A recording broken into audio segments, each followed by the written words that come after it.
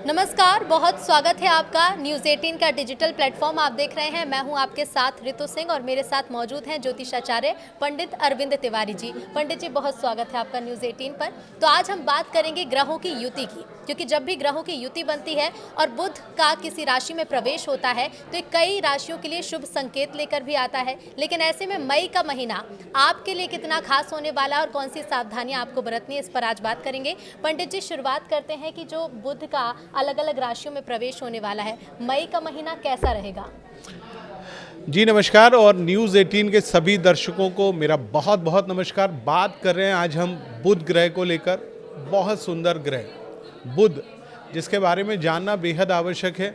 वाणी का कारक ग्रह माना जाता है, बुद्धि का कारक ग्रह माना जाता है, और जिस जातक की कुंडली में बुध उच्च का होता है उसकी वाणी में अपने आप में बहुत वो जो प्रभाव होता है। आपको देखना हो तो आप आदरणीय नरेंद्र मोदी जी की कुंडली को देख सकते हैं, क्योंकि कुंडली में उच्च का बुध है, जिसके कारण वाणी बहुत शानदार है।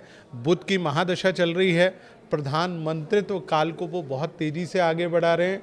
और वहीं बुध अभी वृषभ राशि में पहुंचने वाला है, यानी 14 तारीख के बाद उसका प्रवेश अपने मित्र यानी शुक्र के स्वामित्व वाली जो राशि है वृषभ, उसमें पहुंचने वाला है।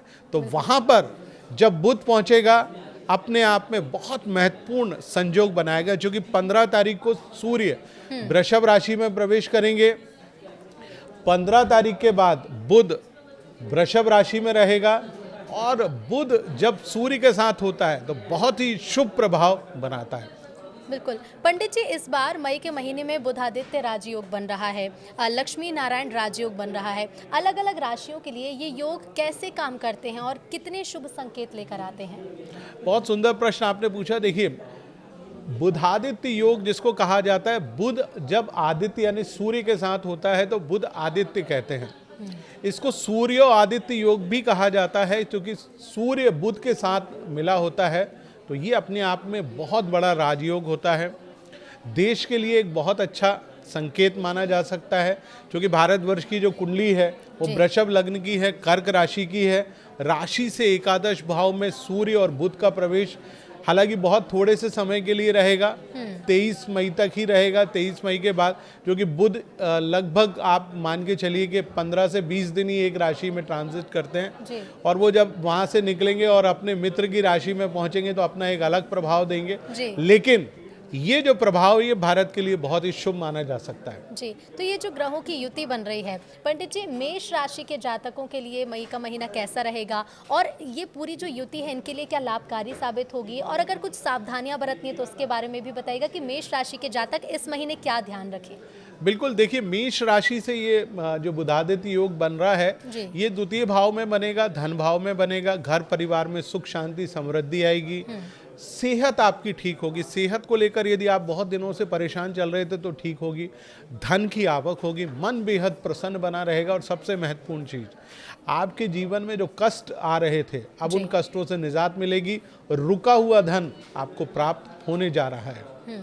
और अब बात वृषभ राशि की कर लेते हैं। वृषभ राशि के जातकों के लिए बुध कितना लाभकारी साबित होने वाला है, क्योंकि वृषभ राशि की हमने पहले बात की कि उसमें प्रवेश भी कर रहा है बुध।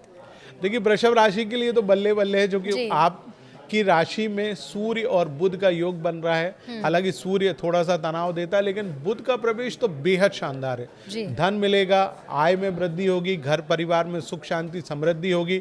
यदि आप किसी अदालती मुकदमेबाजी में फंसे हुए हैं तो वहां से आपको राहत प्राप्त होने वाली है। इसके अलावा आपको संतान, राजनीति, इन क्षेत्रों में विशेष रूप से सफलता प्राप्त होने वाली है।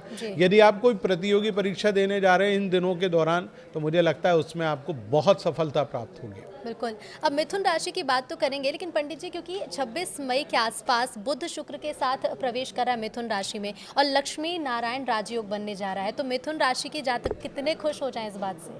देखिए, लक्ष्मी नारायण राजयोग को आप ऐसे समझ लीजिए कि बुध और शुक्र का जब मिलन होता है तो भगवान लक्ष्मी और नारायण दोनों एक साथ ही होते हैं। तो इसको हम लक्ष्मी नारायण योग कहते हैं। यानी शुक्र जो वैभव विलासिता का स्वामी है, बुध जो बुद्धि का कारक है, यानी आप जो लक्ष्मी कमाएंगे वो आप ही के पास रहेगी और लंबे समय तक चलेगी। और उस समय बुध उदित होके यानी बुध जब रिट्रोगेट यानी वक्री होता है, बुध जब कम्बस्ट होता है यानी अस्त होकर पड़ा होता है, तो वो उतना प्रभावशाली नहीं होता। जब वो उदित होकर शुक्र के साथ युति बनाता है तो बहुत शानदार होता है।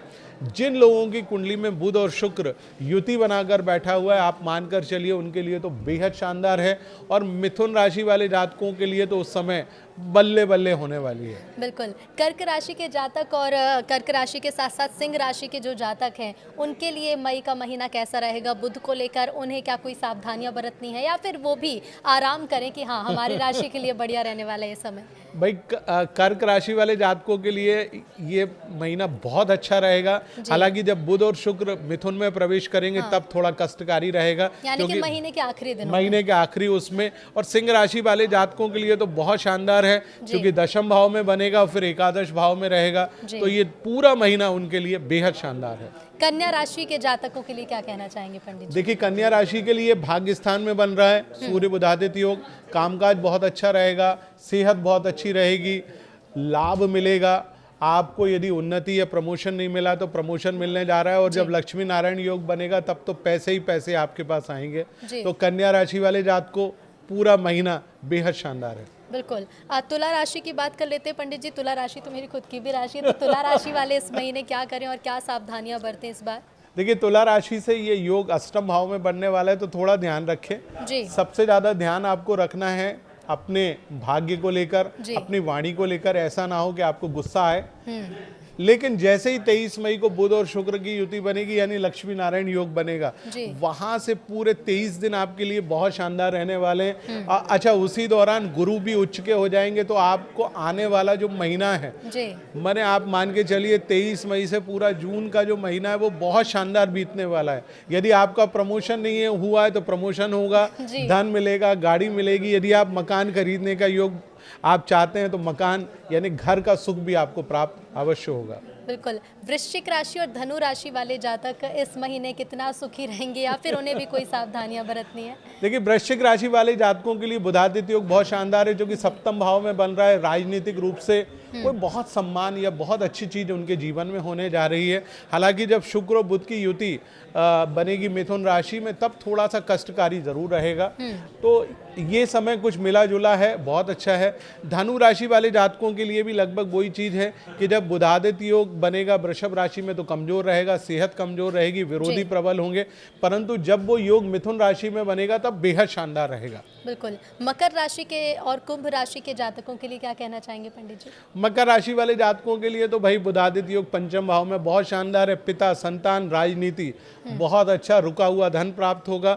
और फिर बाद में गुरु महाराज भी आप पे अनुकंपा बरसाने वाले हैं, तो बहुत अच्छा। परंतु जब गुरु और बुध और शुक्र का योग अष्टम भाव में जाएगा यानी छठे भाव में, तब थोड़ी सी परेशानी आपको जरूर होगी। बात करते हैं कुंभ राशि का, आपने पूछा तो भाई कुंभ राशि वाले जात को जब बुधादित्य योग वृषभ राशि में होगा तब तो कष्टकारी होगा। लेकिन बुध जैसे ही अपने घर यानी पंचम भाव में पहुंचेगा शुक्र के साथ, तो आपका भाग्य और पंचम भाव दोनों प्रबल होंगे, बहुत धन आपको प्राप्त होने वाला है। और मीन राशि के जातक जो हमारी राशियों में अंतिम राशि है देखिए, मीन राशि वाले जातकों के लिए बुधादित्य योग यानी जब वृषभ में सूर्य और बुध रहेगा बेहद शानदार रहेगा। पराक्रम भाव यानी यश, मान, सम्मान और प्रतिष्ठा में वृद्धि होगी, भाग्य में उन्नति होगी। परंतु जब वो चौथे भाव में जाएगा तो माता को कष्ट होगा। शेयर मार्केट और प्रॉपर्टी संबंधी कार्यों में कहीं ना कहीं परेशानी अवश्य उत्पन्न होगी। बिल्कुल। तो मई का महीना ज्योतिष के लिहाज से तो बहुत खास हो ही रहा है, क्योंकि बुधादित्य राजयोग बन रहा है, लक्ष्मी नारायण राजयोग है। ऐसे में क्योंकि ज्योतिष में दान पुण्य का भी खास महत्व माना जाता है, तो ग्रहों की युति के बीच में इस बार दान पुण्य करने वाले लोगों को क्या ध्यान रखना है, क्या दान करें और क्या दान करने से बचें? देखिए, आपको दान करना है सूर्य और बुध का। जिन जातकों की कुंडली में सूर्य कमजोर है, बुध कमजोर है, या मैंने जो 12 राशियां आपको बताई उनमें आपको कहीं परेशानी है, तो आपको सबसे पहले सूर्य का दान यानी गुड़ का दान करना चाहिए। लाल रंग की मसूर का दाल का दान करना चाहिए। लाल रंग के वस्त्रों का आपको दान करना चाहिए। लाल रंग के फल का आपको दान करना चाहिए। बुध के लिए साबुत हरी मूंग का दान आपको करना चाहिए। बुध के लिए आपको किसी ब्रह्मचारी या योग ऋषि जो कि ब्रह्मचर्य का पालन कर रहा हो, उसको बुधवार के दिन भोजन कराना चाहिए। हरे रंग के फल या हरे रंग की सब्जियों का आप दान करिए। इससे बुध और सूर्य दोनों प्रसन्न होंगे। और जब शुक्र आपकी कुंडली में कमज़ोर हो तो सफ़ेद चीज़ों का दान करें, जैसे दही का दान करें, दूध का दान करें, घी का दान करें, या आप सफ़ेद रंग की चीज़ों का दान करें। निसंदेह आपको बहुत लाभ होगा। बिल्कुल। और पंडित जी, उम्मीद है कि हमारे दर्शक भी आपकी ये सलाह मानेंगे और अगर दान करने जा रहे हैं या फिर इस महीने उन्हें क्या करना है क्या नहीं करना है, तो वो भी इन चीज़ों का ध्यान रख सकते हैं कि ग्रहों की इस युति में आपको अपना ध्यान कैसे रखना और इन कौन सी वो चीज़ें हैं जिनका आपको ध्यान रखना है। बहुत धन्यवाद पंडित जी आपका हमसे जुड़ने के लिए और बातचीत के लिए। नमस्कार। नमस्कार।